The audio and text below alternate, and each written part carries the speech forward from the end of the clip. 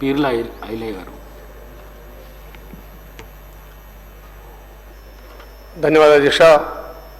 యారుగుట్ట trust board విషయమే కానీ గుట్ట అభివృద్ధిలో ఈ రాష్ట్ర ప్రభుత్వం గౌరవ ముఖ్యమంత్రి గారు రేవంత్ రెడ్డి గారి నాయకత్వాన, ఎండోమెంట్ మంత్రి కొండ సురేఖ గారి నాయకత్వాన మళ్ళీ మా యారుగుట్టకు పూర్వం వస్తుందంటే చాలా సంతోషం.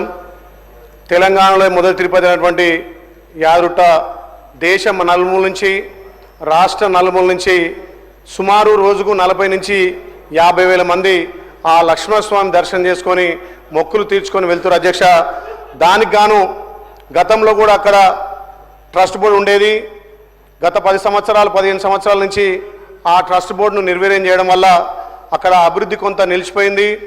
గత ప్రభుత్వంలో ఆ యారుగుట్టకు సంబంధించి డెవలప్మెంట్ విషయంలో వైటీడీ అని పెట్టి ఆ వైటీడీ ద్వారా స్థానికంగా ఉన్నటువంటి వాళ్ళ భూములను ఎన్నో తీసుకున్నా కానీ దాని అభివృద్ధి నోచుకోలేదు. ఒక ప్రణాళికబద్ధంగా అక్కడ ట్రస్ట్ బోర్డు లేకపోవడంతో యారుగుట్ట గుడి నిర్మాణం అయింది తప్ప అక్కడ ఏ రకంగా అభివృద్ధి జరగలేదు. దానివల్ల రాష్ట్ర నలుమూలలో వచ్చే భక్తులకు అక్కడ నివాస యోగ్యం లేకపోవడంతో, అదేవిధంగా నేను ఉన్నది చెప్తున్నాను, అయినా రాదే ఇనోప్కే లేకపోతే ఎట్లా? నేను గత ప్రభుత్వం గుడి నిర్మించిందన్న కానీ గుడి కింద వచ్చే భక్తులకు ఏ రకంగా సదుపాయాలు చేయలేదు. దానికి కారణం అక్కడ ట్రస్ట్ బోర్డు లేకపోవడం, పర్యవేక్షణ లోపం వల్ల కొంత లోపం జరిగిన మాట వాస్తవం.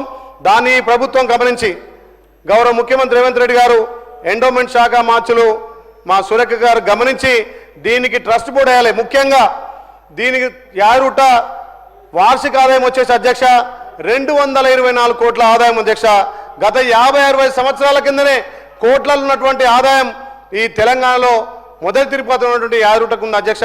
దీనికి ఎంతోమంది వేల భక్తులు నిత్యం దర్శనానికి వస్తారు కాబట్టి గతంలో కొండపైన సుమారు 8-9 ఎకరాల పైన భూమి ఉండే అధ్యక్ష. దానికి గాను 100 సత్రాలు ఉండే. నా చిన్నతనంలోనే 50 సంవత్సరాల కిందనే సుమారు 108 సత్రాలు ఉండే అధ్యక్ష. రాష్ట్ర నలుమూలలో కానీ వచ్చే భక్తులు దర్శనం చేసుకొని అవసరమైతే 1-2 రోజులు అక్కడనే స్వామివారి సేవలో అక్కడ నిద్రించి ఆ సత్రాలు ఉండే అధ్యక్ష. ఏదైతే యారుగుట్ట అభివృద్ధి పేరు మీద అక్కడ సత్రాలు తీసేసిర్రు, ఏదైతే 118-120 షాపులు ఉండే అధ్యక్ష, ఆ షాపులను కూడా తీసేసిర్రు. కనీసం 10 షాపులే ఉన్నాయి. ఎవరైనా భక్తులు వస్తే అక్కడ నిద్ర చేయడానికి కానీ, ఏదైనా పర్చేజ్ చేయడానికి కానీ, ఏమైనా కొనుక్కోవడానికి కానీ షాపులు లేకుండా పోయినాయి అధ్యక్ష. ఇవాళ మా గౌరవ ముఖ్యమంత్రి నిజంగా కూడా ఒక సాహసోపేత నిర్ణయం, తిరుమల తరహాలో టీటీడీ తరహాలో ఇలా వైటీడీ కూడా నిర్మిస్తామని చెప్పి అక్కడ ట్రస్ట్ బోర్డును కూడా ఏర్పాటు చేస్తామనడం చాలా సంతోషం అధ్యక్ష. వచ్చే భక్తులకు ఈ టీటీడీ ద్వారా ఎన్నో వసతులు కల్పించి రాష్ట్ర నలుమూలలో వచ్చే భక్తులకు అన్ని విధాల సౌకర్యాలు కల్పించడానికి ఇలా దోహదపడుతుంది కాబట్టి దీన్ని స్వాగతిస్తున్నాం అధ్యక్ష. ముఖ్యంగా అక్కడ టెంపుల్ సిటీ అని చెప్పి 1224 ఎకరాలు ఉంది అధ్యక్ష. దానికి గాను రాష్ట్ర నలుమూలలో కూడా ఎంతో మంది భక్తులు వచ్చి డొనేట్ చేస్తున్నారు, దాతలు ముందుకు వస్తున్నారు. మేము ఇక్కడ గెస్ట్ హౌస్ కడతాం, ఇలా అక్కడ డెవలప్ చేస్తామంటే కూడా బోర్డు లేకపోవడంతో, దాన్ని పట్టించుకునే నాదులు లేకపోవడంతో చాలా ఇబ్బందులు పడుతున్నాయి. దాతలు కూడా వెనకపోతున్నారు అధ్యక్ష. నిజంగా అధ్యక్ష వచ్చే భక్తులకు గతంలో నేను చిన్నప్పటి చూసేది ఒక వైద్యశాల ఉండేది అధ్యక్ష. గోశాల ఇప్పుడు కూడా నడుస్తుంది, కానీ మెరుగైన వసతిలో గోశాల లేకపోవడంతో ఇంకా కూడా గోవులను సంరక్షించలేకపోతున్నాం. అదేవిధంగా అక్కడ వేద పాఠశాల ఉండాలి. మా గౌరవ ముఖ్యమంత్రి అంటాడు అక్కడ పంతులకు కానీ అక్కడ వచ్చే బ్రాహ్మణులకు కూడా అన్ని విధాల అవకాశాలు ఉండాలని చెప్పి వేద పాఠశాలను కూడా ఏర్పాటు చేయాలని ఒక సంకల్పంతో ముందుకు పోతున్నాం అధ్యక్ష. దీనికి దాతలు కూడా రాష్ట్ర నలుమూల నుంచి పెద్ద ఎత్తున సహకరించడానికి వచ్చారు, కానీ అక్కడ బోర్డు లేకపోవడంతో ఎవరిని సంప్రదించాలి, ఏ రకంగా డొనేట్ చేయాలనేది ఒక మీమాంసంగా మిగిలిపోయింది. కాబట్టి ఈ బోర్డు ద్వారా గుట్ట ఇంకా కూడా ఎక్కువ అభివృద్ధి కావడానికి దోహదపడుతుంది అధ్యక్ష. ఇది ఒక మంచి నిర్ణయం. ముఖ్యంగా యారుగుట్ట అభివృద్ధి విషయంలో అధ్యక్ష స్థానికంగా ఎంతో మంది భక్తులు అక్కడ ఉన్నటువంటి భూములు కోల్పోయారు, షాపులు కోల్పోయారు, ఎక్కువ భూ నిర్వాసితున్నారు.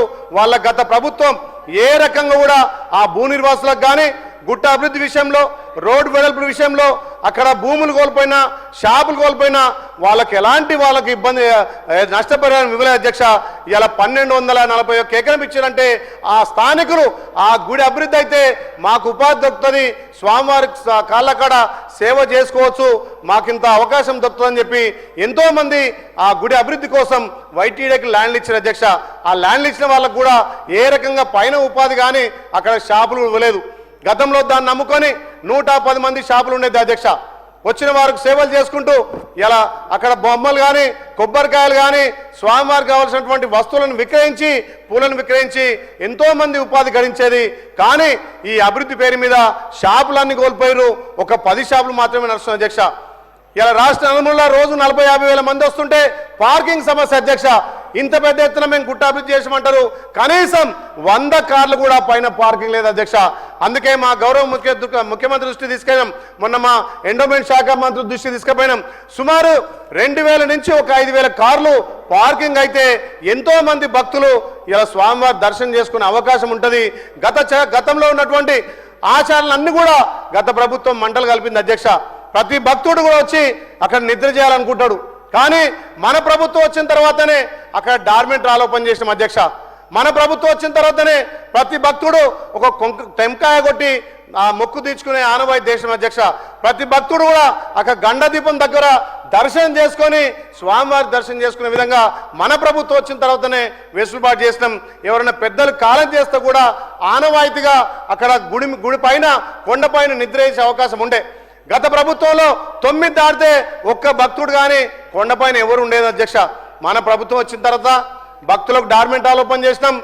సుమారు కొండను నమ్ముకొని 30 సంవత్సరాలుగా 360 మంది ఆటో కార్మికులు వచ్చిపోయే భక్తులకు సురక్షితంగా పైకి తీసుకుపోయి దర్శనం చేసే అవకాశం ఇలా మా శ్రీధర్ బాబు అన్న గారు గతంలో ప్రతిపక్షం ఉన్నప్పుడే కొట్లాడి ఇలా ఆటోలను కూడా మనం పునరుద్ధరించాం అధ్యక్ష. ఇలా టెంకాయ కొట్టే సంస్కృతి తెచ్చినాం, పైన షాపులను పునరుద్ధరించినాం. ఇంకా కూడా ఈ బోర్డు ఏర్పాటు చేయడం వల్ల ఇలా దాతల సహకారంతో ఇంకా ఈ ఆరుటను ప్రపంచవ్యాప్తంగా వెలుగొందే విధంగా చేయడానికి ఒక మంచి ఆస్కారం. కాబట్టి నిజంగా మా గౌరవ ముఖ్యమంత్రి నిర్ణయం కానీ మా సురేఖక్క నిర్ణయం చాలా సాహసోపేత.